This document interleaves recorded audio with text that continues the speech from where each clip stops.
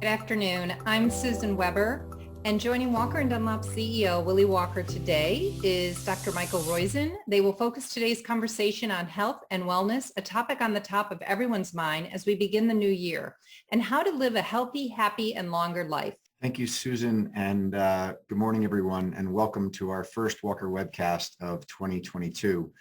Having just crossed the 3 million total listeners threshold at the end of 2021, I'm really excited about what is to come in 2022 for the Walker webcast.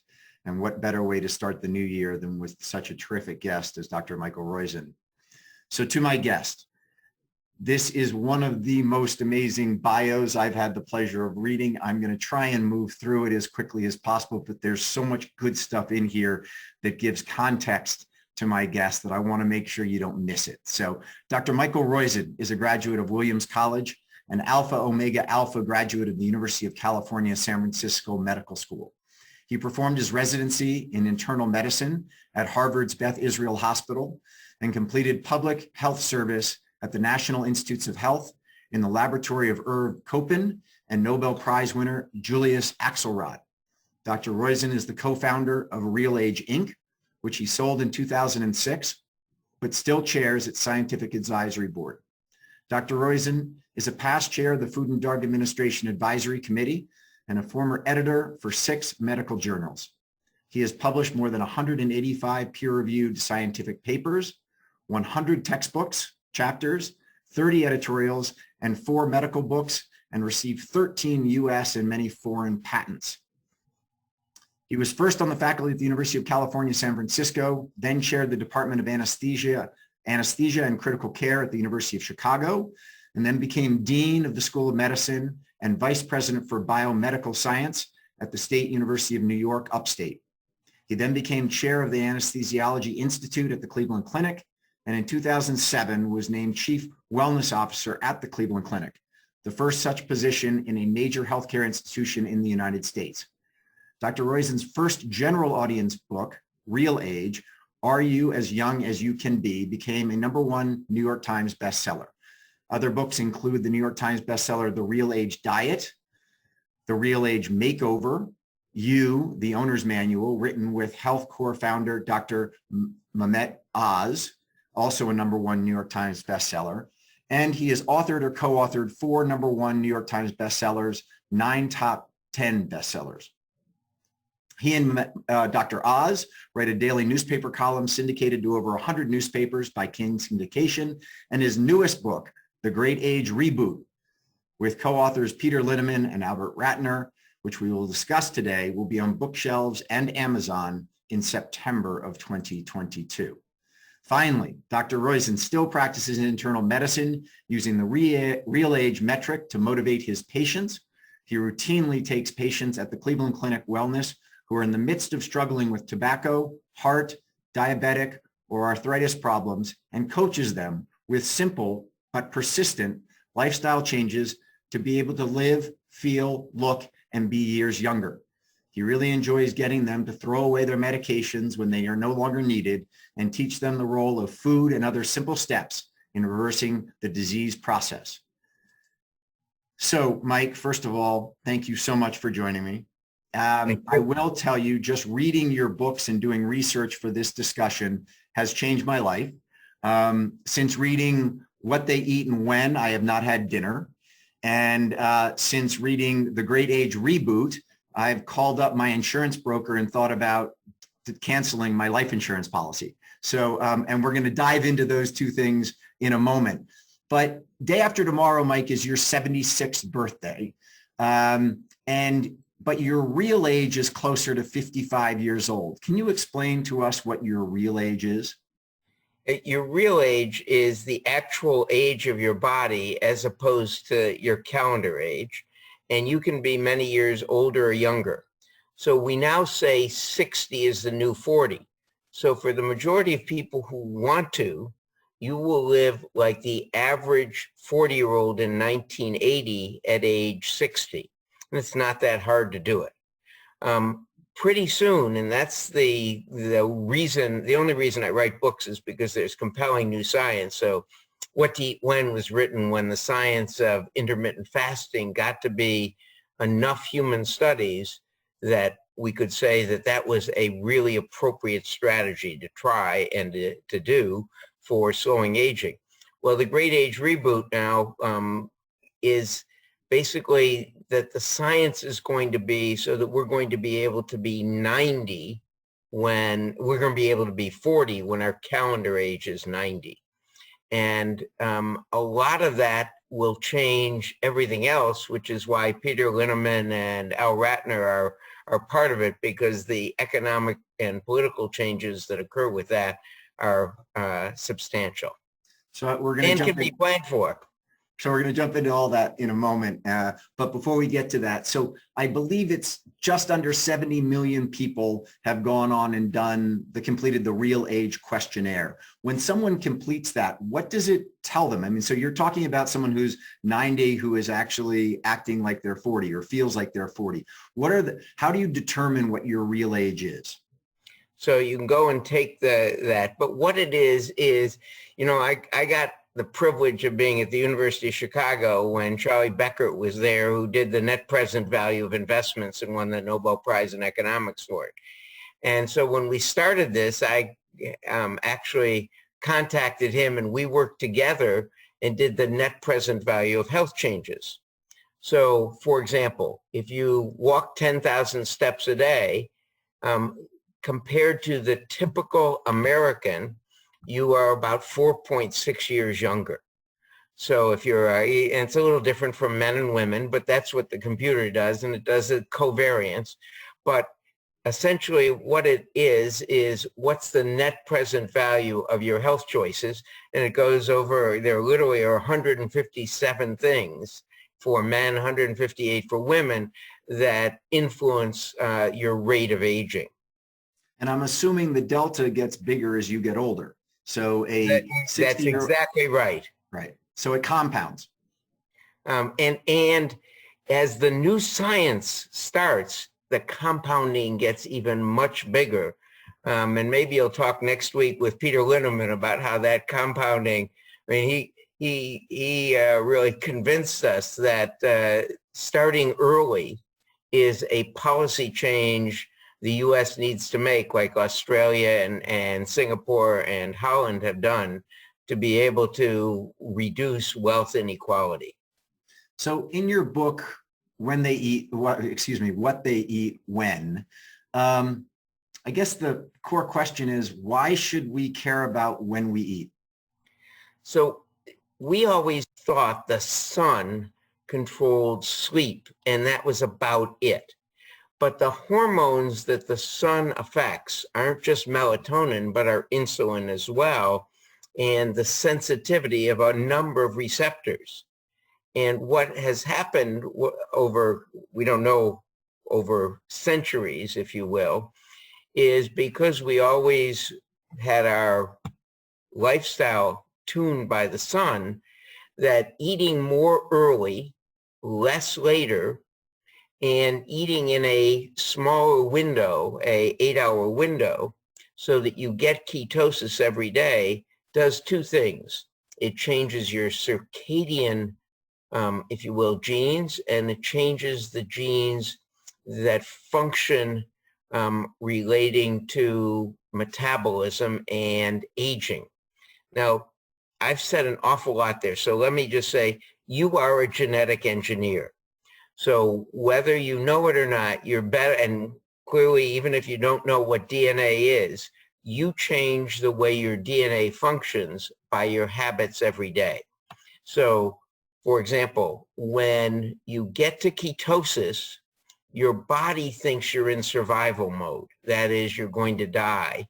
And so it starts to preserve and recycle your proteins and other structures.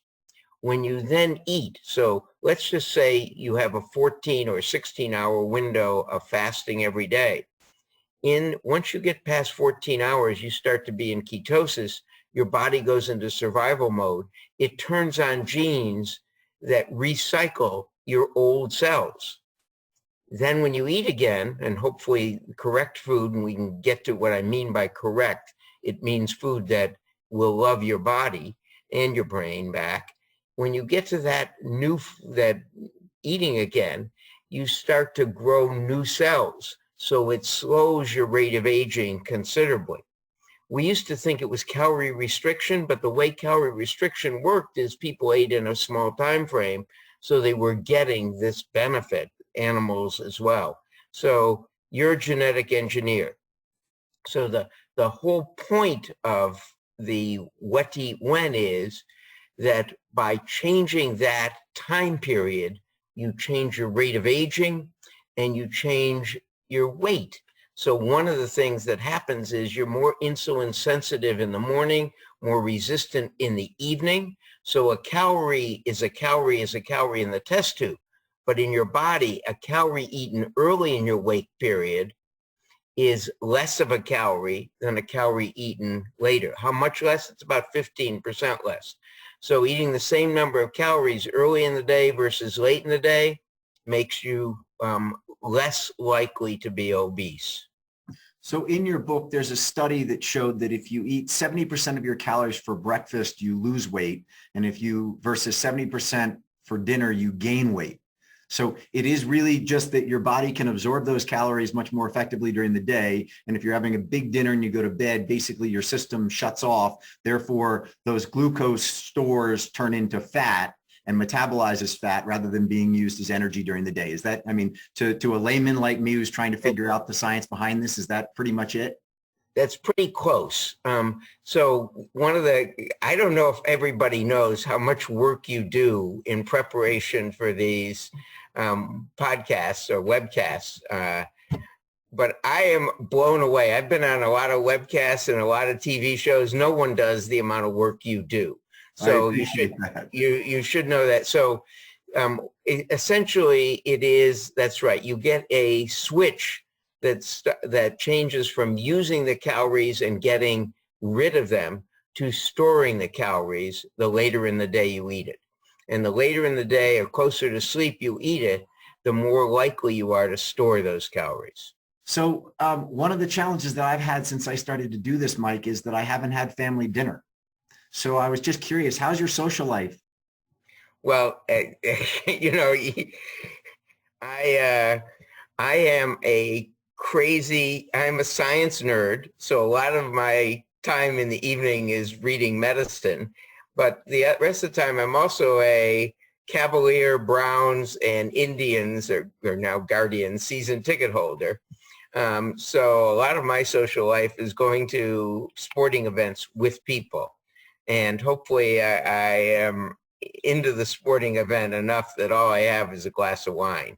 But so I try and not eat before 11 or 11:30 in the morning and to finish eating by 7 or 7:30 in the evening.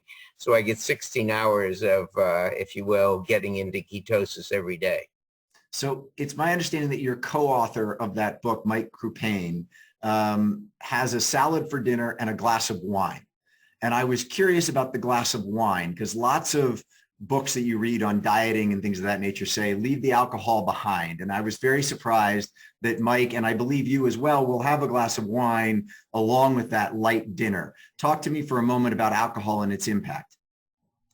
So we've always thought, and this was based on a number of studies, that there's what we call a J-shaped curve and all-cause mortality from alcohol, meaning if you are a teetotaler, you have a higher all-cause risk than if you drink a half to 2 drinks a day, and that as you drink 4 or 5, your risk of mortality gets substantial.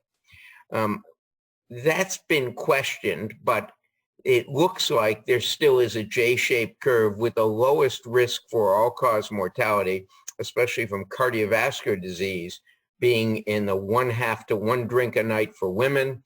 And now we think it is maybe 3 or 4 nights a week, and 1 to 2 drinks a night for men, again, 3 or 4 nights a week.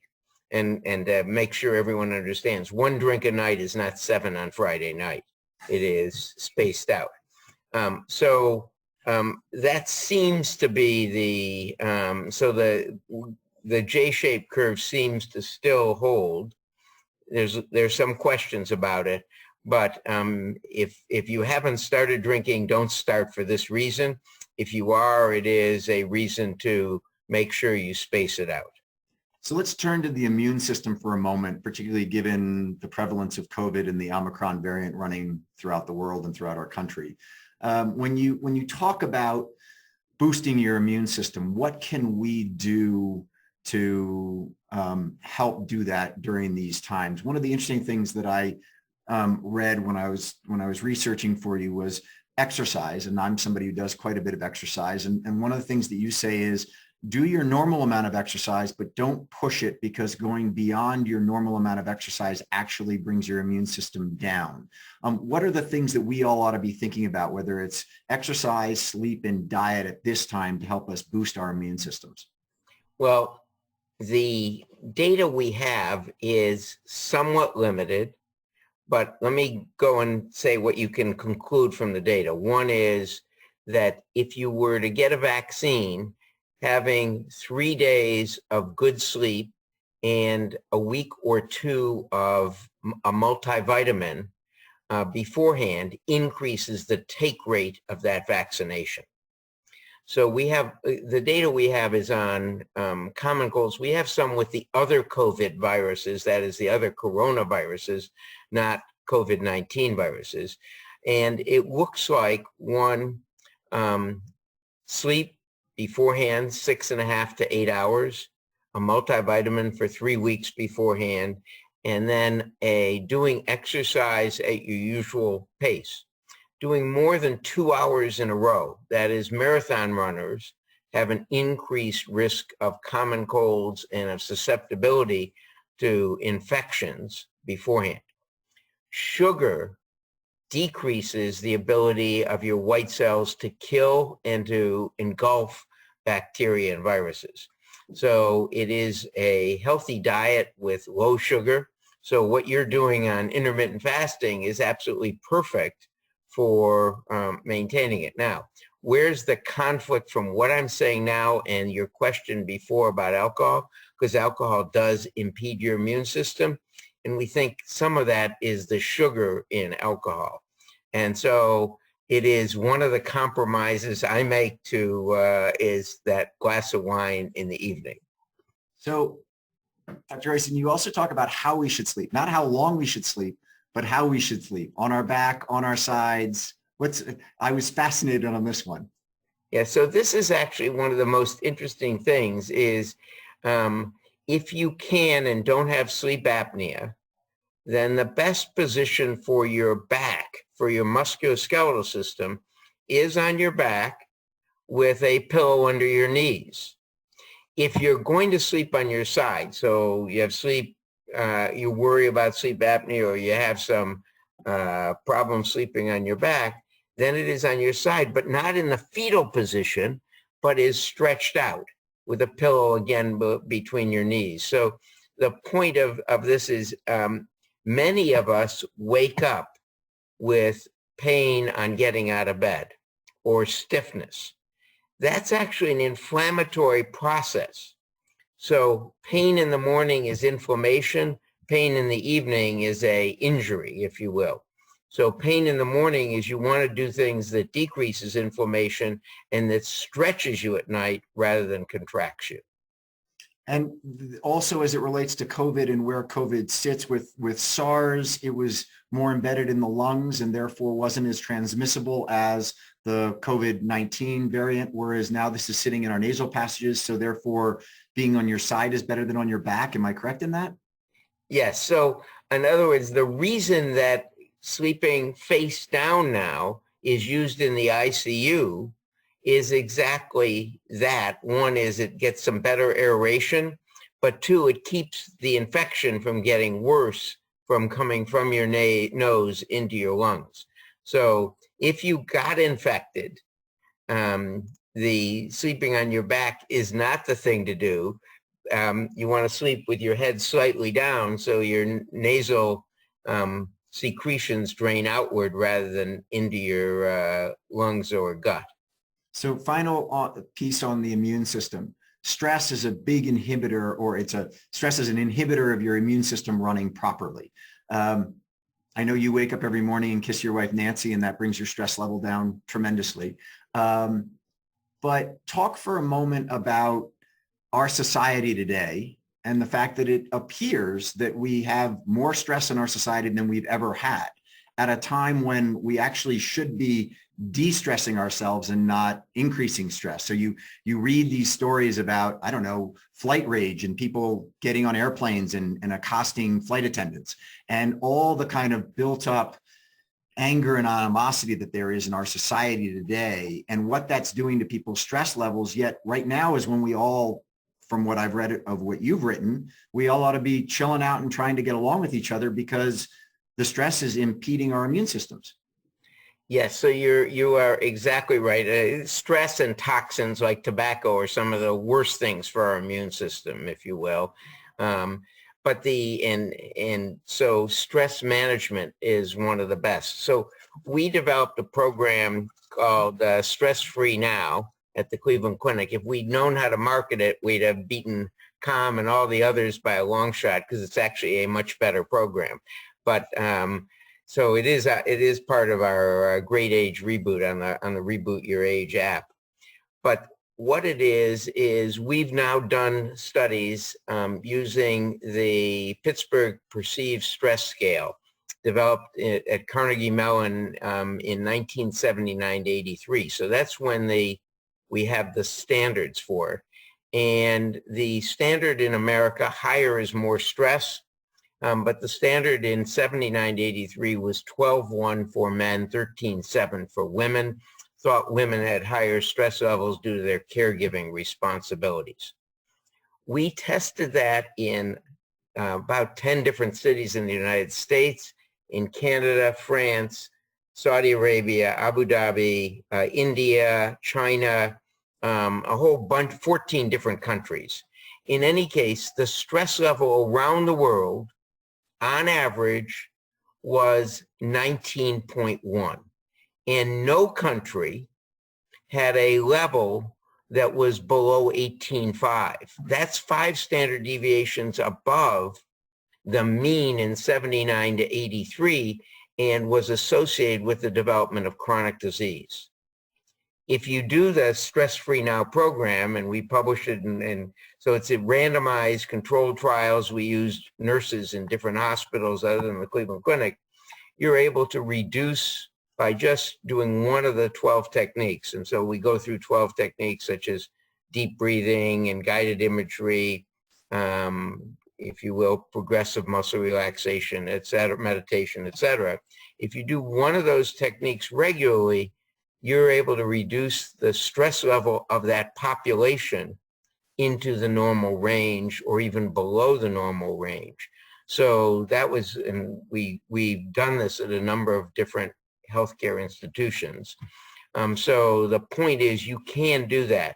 But the point you raised, the world is at a much higher stress level now than it was in 79 to 83. And it is at a level now that in 79 to 83 would have been associated with the development of a chronic disease such as type 2 diabetes or osteoarthritis. So stress reduction, you know, I practice in executive health at the Cleveland Clinic and in wellness, and almost all the executives will say, I give stress. I don't have to do a stress. Everyone has stress. So it is something that we all need to practice. Before we move into what you did on the wellness front at Cleveland Clinic, because the data is so compelling and I think it's very insightful to both individuals as well as corporate leaders on how you can really make a difference on the wellness and health of your population base.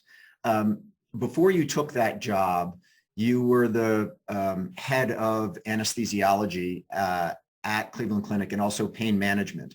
And that included 180 operating units and 28 pain therapy intervention units.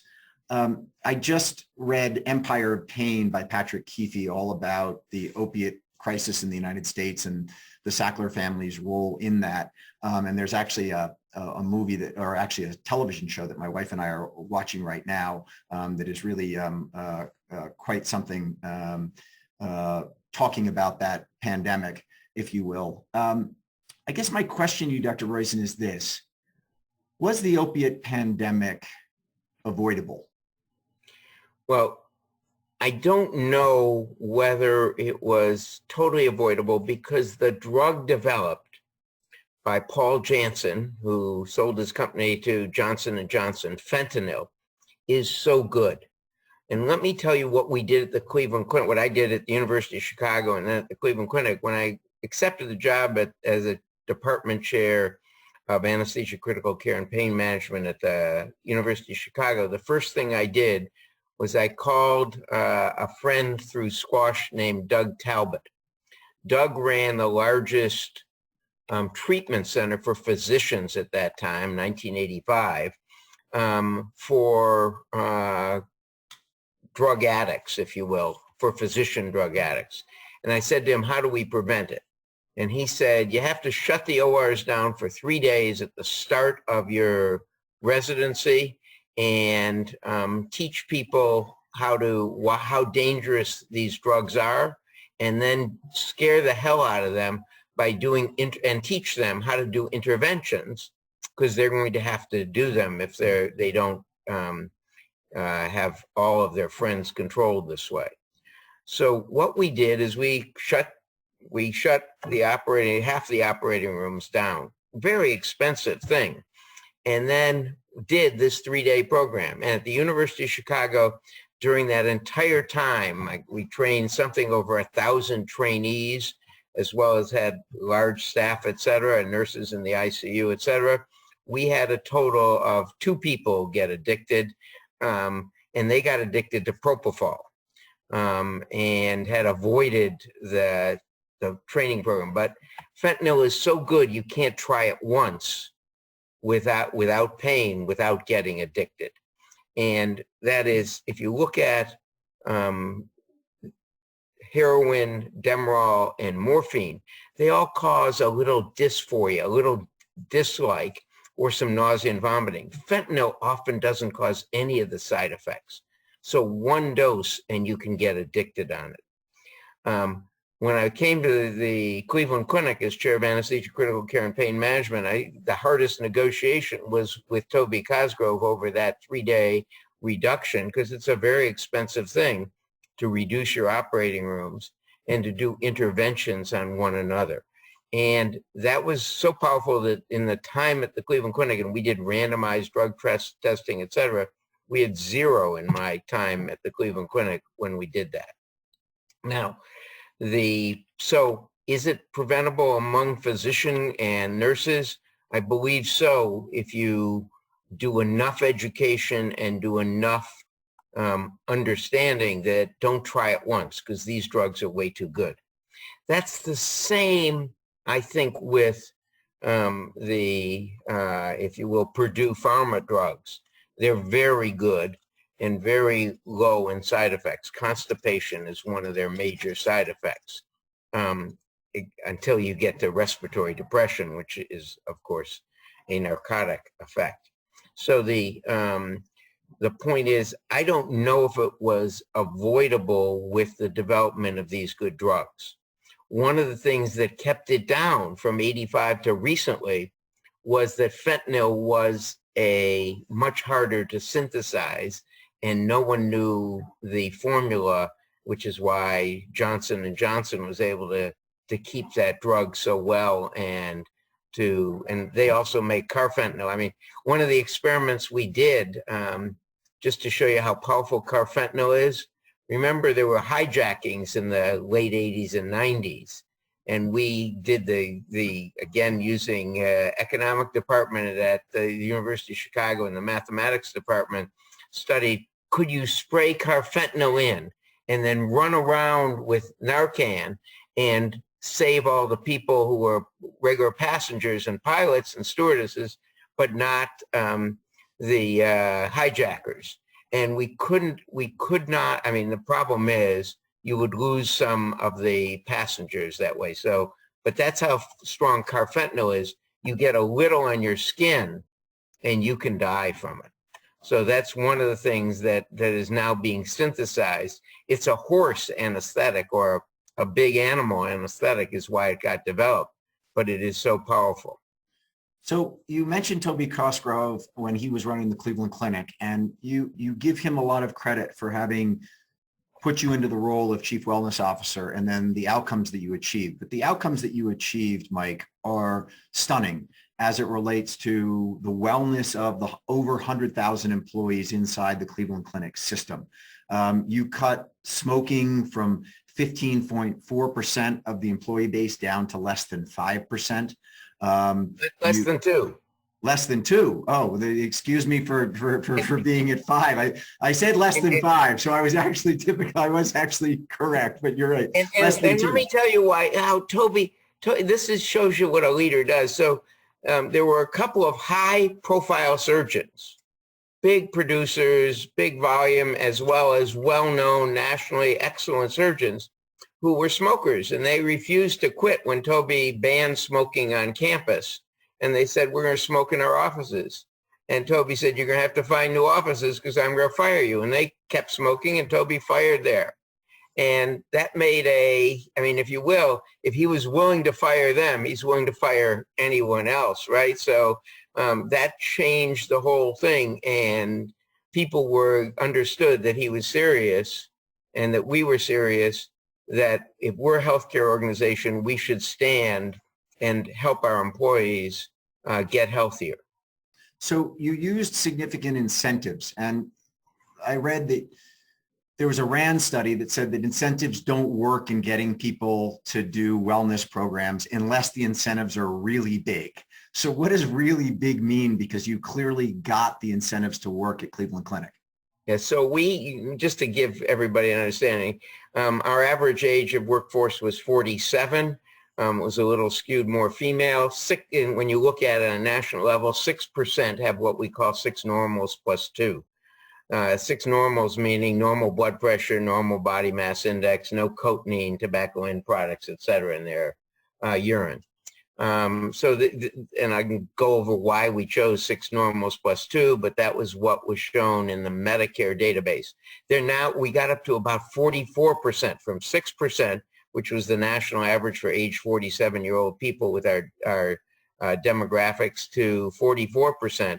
And we did that by offering, Toby said, we're going to give people at least a third of what we save, don't spend on healthcare back.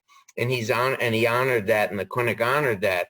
So we ended up at the upper limits allowed by law, which is $1,540 on our premium back for achieving 6 normals plus 2. The plus 2 is see a primary care practitioner every year and immunizations up to date. That was before COVID. COVID actually isn't included in that now, is not included yet. But in any case, we got to over 44%. We're spending 38% less than our competitors or our trend line. And consequently, in addition, our employees are spending someplace around $250 million less in co-pays and premiums. So that's and we're saving, as you know, we've saved over the 11-year period now, a little over $1.4 billion for 101,000 employees and dependents. So your CFO didn't say it was savings. He said he didn't have to spend the money. And you're going to have to explain to me how the CFO of the Cleveland Clinic says that it's not true savings if you didn't actually go spend the money. But that number, Mike, is just staggering. And by your calculation, so you just said over 1.1 billion of total savings. 1.4 billion, right. The last time I heard you talk about what was going to the savings account, the retirement accounts of the Cleveland Clinic employees, it was a calculation on your behalf of almost $200 million of additional, if you will, funds in those retirement accounts of the Cleveland Clinic employees who participated in this. Is that correct? That's correct. If they had put the savings into their HSA, their retirement account, their account that could be shifted to retirement at age 65, it was around $250 million in savings. Now, that was 2 years ago. There's an additional I don't know, multiply, it's probably close to 50 million or 100, maybe even 100 million since. I'd have to do the calculations. But what I find to be so interesting about it is, A, the incentives are there and they're real and they're defined. And then the second thing is that the 6 normals are not, I mean, it's not do 10,000 steps a day. It's not even to the degree of getting people to do something they don't want to do. It's just getting those 6, if you will, biomarkers in line. And if you can get those in line, paying rewards for it, and then the outcome has just been unbelievable. Yeah, so what we did is when Toby appointed me, I said, what can we do to help our employees? And everyone was doing process. That is, you got paid if you got your variables measured, or you got your LDL or whatever measured. You got paid if you did 10,000 steps a day or whatever it was for 3 months. But those are process. What mattered to the health outcomes, that is, whether people stayed healthy, whether they needed hospitalization or needed health care, was from the Medicare. It was actually the Chicago Public Employees Unions in 1946. The gas company, electric company, and water company agreed to have their lives followed till they died, their medical costs. And if they had 6 normals, normal blood pressure, which probably is most important, normal LDL cholesterol, normal body mass index, and it doesn't have to be normal. It just doesn't, it's not going into the obese range from overweight. The normal fasting blood sugar, hemoglobin A1C, no cotinine in the urine. And then the one thing we used process for was stress program completed. When we started it as I could not do stress at the Cleveland Clinic. So we, as Toby said, I, like many executives, I give stress and people have to buck up when I give it. So I don't want that as a measure. But in any case, and the +2 are see a primary care practitioner and get the values every year. And the primary care practitioners, by the way, love this because all of a sudden people were actually taking the blood pressure pills and doing the things rather than ignoring them. So what happened in the Public Employees Union of Chicago is they had a 70% reduction in development of chronic disease. They lived 30% longer, so their total medical costs for the rest of their life were about 50% less. So that was the, if you will, that was the cost, the change, if you will. Right. And so that's why we did that policy. And what happened is, Toby said, we'll keep going up in the incentive as we save more money and give them that money back. Right. And we'll do it as the basis of the law. And we did an active, we actually did an active lobbying campaign during the ACA PPA construction to try and get prevention as able to be paid for. And, you know, up to 30%. And if the Secretary of HHS says tobacco can be included, you can up to 50% difference in healthcare premiums. So we are at the 30%, which is the largest allowed by law now. And so it's about $1,500, and I think it's $1,540 a year reduction to employees now for that, and that's how we do it. And Toby has stayed. Now, where was the cross point? When you give a small amount, you actually see employees inhibiting other employees from doing it because they say, wait, they'll make it mandatory. When you get large enough, everyone starts to do it. And that large enough was around in 2015, $680. We started seeing that all the barriers to people not doing it got broken down. And as you keep going up, you break down more of those inhibiting barriers. So I want to shift gears to the great age reboot and just talk about longevity and on what your upcoming book talks about as it relates to the economics of all this. So if I were born in 1800, my lifespan on average was going to be 36 years. If I was born in 1928, it was going to be 55 years. So I'd be dying this coming year. If I was born in 2000, it would be 78 years. And right now, if I'm born in 2016, I've got an 80-year average lifespan. But your work and your research basically says throw those numbers out the window because technology and innovation are going to make it so all of us can live a lot longer. And I, in reading your book, was really, really excited because on page 27 of your book, and it may move between now and when it actually gets published, it shows that my age in 2021 at 55 years old, that a female born in 1967, which is the same year as me, had a life expectancy of 74 years old, and that by 2030, my life expectancy will have increased by 60 years to 115 years old. So I need you to explain to me, Mike, how I just found 60 years of life expectancy. Well, you found about 36 or 40. But let me go through. I told you that you're a genetic engineer because each of your choices changes which of your genes are on or not. When the Human Genome Project started, we expected there was enough DNA base pairs in your nucleus to find 300,000 genes. But there were only 22,500 or so found by both of the Human Genome Projects. And what they call the rest of the DNA, they initially called it junk DNA. Subsequently, over 7 years later, it was found out it was actually switches, little rheostats, like a rheostat on the wall, that governs which of your genes are on or not. And you have an amazing amount of rheostat material. So that is, you have 280,000 equivalents in genes as rheostats, switches. So when you do stress management, for example, you change and you successfully do it, you decrease about 150 genes that produce inflammatory proteins and you turn them off. That's why stress management is so important. You get to turn off your inflammatory producing protein genes.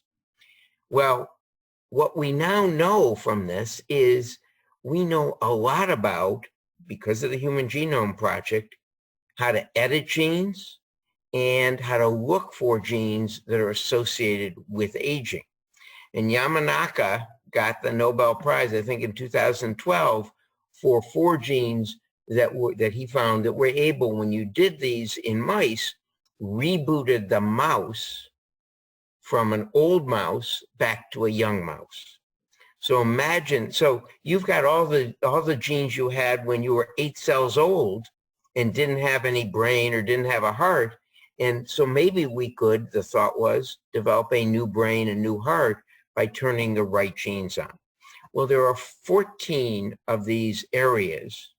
CRISPR-Cas9 of gene editing is one, and stem cell reproduction is another, and senolytics, harvesting old cells, is another. Anyway, there are 14 of these areas that have all been done in at least 2 animal species. So they're not fly by night. And what that means is there's a great likelihood, with more than an 80% probability, that the group of these will be able to make you feel 40 when you're 90 and have a life expectancy. And we're really conservative when I say 115, because in animal species now, they've just done it a second time, rebooting mice and rats from literally, they were 107 years old back to 40. And they did it a second time. So they're now 170-year-old rats rebooted back to 40. So the equivalent to human age. So whether you're going to be able, whether any of these will work in humans, we aren't sure. But the spin-offs, just imagine one of the spin-offs. The spin-off is heart failure. About 30% of heart failure is caused by an abnormal protein. with Cas and with CRISPR and Cas9, they've edited out that gene in 6 Australians who had that and changed their life expectancy from 6 to 8 months to 18 years. So if with these people with heart failure, they're doing it with sickle cell anemia as well. So the spin-offs are really going to changing our life expectancy and our quality of life right now. And yeah, there are a whole bunch of things. And so what we do is go in the book in a whole bunch of things you can do now to prepare for it. And then Peter Linneman and Elle Ratner go into the economic changes and why this is actually a solution to our economic problems rather than longevity being a cause of. Well, your projections in the book are that by 2050, we've got a U.S. population of 450 million people, whereas the Census Bureau is right now projecting a U.S. population in 2050 of 390 million. And so you just think about that extra 60 million people. I mean, in your chart, you're projecting that by 2050, there are 500,000 Americans who are over 120 years old. Right. So, and by the way, when I pull my insurance policy to take a look at this thing, it only goes to 100 years old. And my return on the insurance policy is 4.23% if I live until I'm 100 years old, which is the whole reason I'm sitting there going, why am I going to continue to invest in this? If I die tomorrow, it's obviously a great return for those who benefit from my life insurance policy. But if I live beyond 100 years old, the return on the life insurance policy is ridiculously low. Right. And in fact, a whole bunch of policies until recently gave your beneficiary zero if you live to past 104. They've now adjusted that to 120, many of the insurance companies. But if you look in the small print, it's really amazing. So if you owned a life insurance company, you want to sell life insurance and not annuities, if you will. Now, and people often ask, well, what about COVID-19? We've heard that it shortened life expectancy. That's what we call periodic life expectancy. Would you die of COVID-19? Would the death rates from COVID-19 persist every year in the future? That didn't happen in any pandemic, and we don't expect it to with this. But cohort life expectancy, how long is your cohort going to live? We think it still is going to live a lot longer. In fact, a lot of the science developed because of COVID-19 will help you live longer. So talk about cohorts, because I think that's a really interesting one. You mentioned in the book, Mike, a study at Johns Hopkins University talking about people who had hearing difficulty between the ages of, I think, 40 and 50, or maybe 45 and 55. And those people who were hard of hearing during that period of their lives ended up developing dementia at twice the rate of those people who didn't. And that whole sensory piece to it, as it relates to our longevity and interacting with cohorts and being engaged in society, is such an important component to all of this, is it not? No, I mean, people got to understand how well you read the book, because that's in kind of a small sidebar. So that's right. Our senses, hearing, smell, and seeing, are really, one, we've done a lot to reboot them, that is to be able to do them. So on your cell phone now, thanks to Walmart, instead of it being a $5,000 device to get good hearing aid, they're now $500 at Walmart for things that really can change the rate of hearing. And that's one of the things the Medicare, I think they were trying to get in, and I don't know whether they did get it or not in the prior bill, in that hearing and devices were going to be paid for to some degree. But in any case, you're hearing and saying, yeah, I can get a device and a hearing aid that you can't even see, that I can adjust with my cell phone, that is low cost and will keep me engaged with my cohort. And that's one of the most important things. When you look at the studies out of the British civil servants or Alameda County, which are both great studies, it was the number of people you engage with as friends that you're vulnerable to, including your spouse or others, that in a 1 month period, when it hits 6, you live a lot longer than when it's 0, 1, or 2.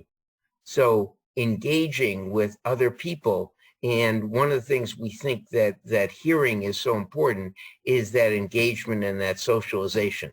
So a couple of the things is having a purpose in life, having a goal in life, if you will, as well as having friends are absolutely key for longevity.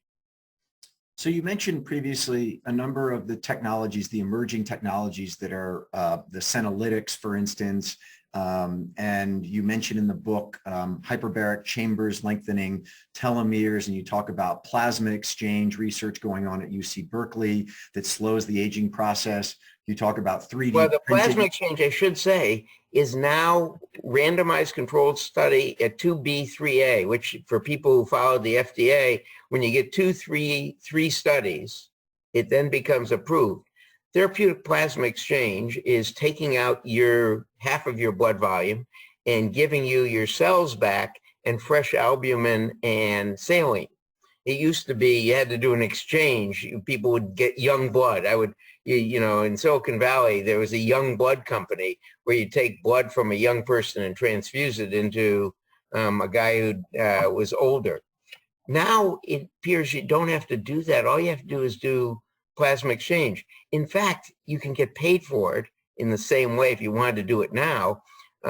With donating plasma, they actually pay you to do the same thing. But in any case, and they give you your cells back, what was done in this AMBAR, AMBAR, you can Google that, randomized controlled trial, 4 countries, Cleveland Clinic and University of Pittsburgh were both involved in the US. Randomized control showed that plasma exchange once a week for 8 weeks and then once a month for 6 months didn't just slow the rate of dementia, but actually reversed it in people with mild Alzheimer's disease. Now that's one study that has been completed. They've now started a second, I understand. They're enrolling a second 3 study, but this is amazing. And this is essentially what they're harvesting is old cells. So it's a senolytics without a drug senolytic. It's with plasma exchange, getting rid of the old plasma, the old proteins in your plasma, gets rid of senolytic cells. That is old cells that make other cells around them old. So it's one of the techniques is therapeutic plasma exchange. And if you want to follow it, you can follow AMBAR on the Google. But the other point is if you've got someone in your family with this, with early dementia, this is something to talk to their practitioner about the AMBAR study and should they start donating plasma. So when I hear you talk about that specific example, and in your book, you talk about lots of other ones. You talk about CRISPR technology used to edit the cells of a young man who I think you use the name Johnny, I'm assuming that's not his real name, who had pancreatic cancer, and how successful that gene editing has been, and a UVA study on glioblastoma and some incredible results they've had. And as I read about all these, Dr. Roizen, I was thinking about a presentation I saw by Andreessen Horowitz about 2 months ago, where they put up all these fintech companies, and they put up PayPal, and they put up Square, and all these, and they were trying to impress all of us that fintech was going to take over the world, and particularly take over the financial services industry. And they said all of these fintech companies added together is worth $500 billion, and they said that to try and impress everyone in the room. And I raised my hand and said, but you realize that the market cap of JP Morgan Chase, one company, is $500 billion. And my question to you is, all of these unique investments or changes can be like fintech to help on a specific thing, our eyes, our hearing, what have you. But what's the JP Morgan? What's the one that is really going to push the needle and take over to make it so that we can get to these numbers that you're talking about in the book? Well, all of them are contributing. So let me go, all 14 areas are helping with specific problems and are advancing. So for example, one of those, and the epigenetic rebooting, giving an adenovirus with an epigenetic rebooting protein reverses retinitis, reverses the loss of retinal cells that is accompanied with macular degeneration. So each one of these is developing an area to help. Now, what you're saying is there a reboot where I come into the car wash at one end as an old car and I come out as a new car at the other end? And the answer is, if you wanted to bet on that, we don't know whether that'll happen, but that's really either induced tissue, pluripotent tissue regeneration or epigenetic rebooting. And there are people, Coleco, the Google spinoff that's looking at aging, is, for the first few years, they started in a different sphere, but they've now switched to this and are really advancing the field greatly in this induced pluripotent regeneration that started with the Yamanaka factors of getting that mouse from being 170 to 40 twice, or the rat now from 170 to 40 twice. So that would be the bet on it. Which company, I don't know, if you wanted, but I think each of the 14 areas will contribute to a lengthening of our lifespan by a decade from hence. But whether by 2050, if you make it to 2030, you're going to get to be a lot younger. But if you make it to 2050, there may be that car wash reboot, but we don't know that yet. And isn't the punchline to it all that all the work you've done in your career to get people into the 6 normals, that you got to have the base health to be able to have all this help you, that if you let the 6 normals get out of line, if you're not taking care of yourself on a daily basis by eating enough and sleeping enough and just doing the normals, you're probably going to get some disease that takes you down before the car wash is actually developed. We worry that's the case. That's right. And the key point is you can do things healthily now, and we can change things from a rule base like Australia has to help decrease wealth inequality and health inequality as we go forward. But it is your choice now. I mean, in other words, you are a genetic engineer, and so each day is your choice of engineering your genes in a way that helps you live younger longer. Well, with that, I will say it was your choice to join me today, and it was a huge pleasure. I have, as I typically do, a couple more pages of notes to go through with you, but I've run out of time.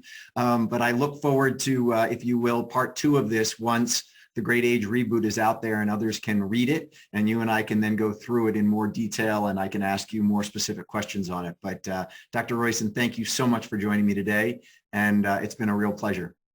And for those, just to Willie, I don't know if I'm allowed to do for those who want more information, they can go to greatagereboot.com, and when the book comes out, they'll get notified. But in addition, we have an app that will help them and their practitioner help them stay as young as they want to be.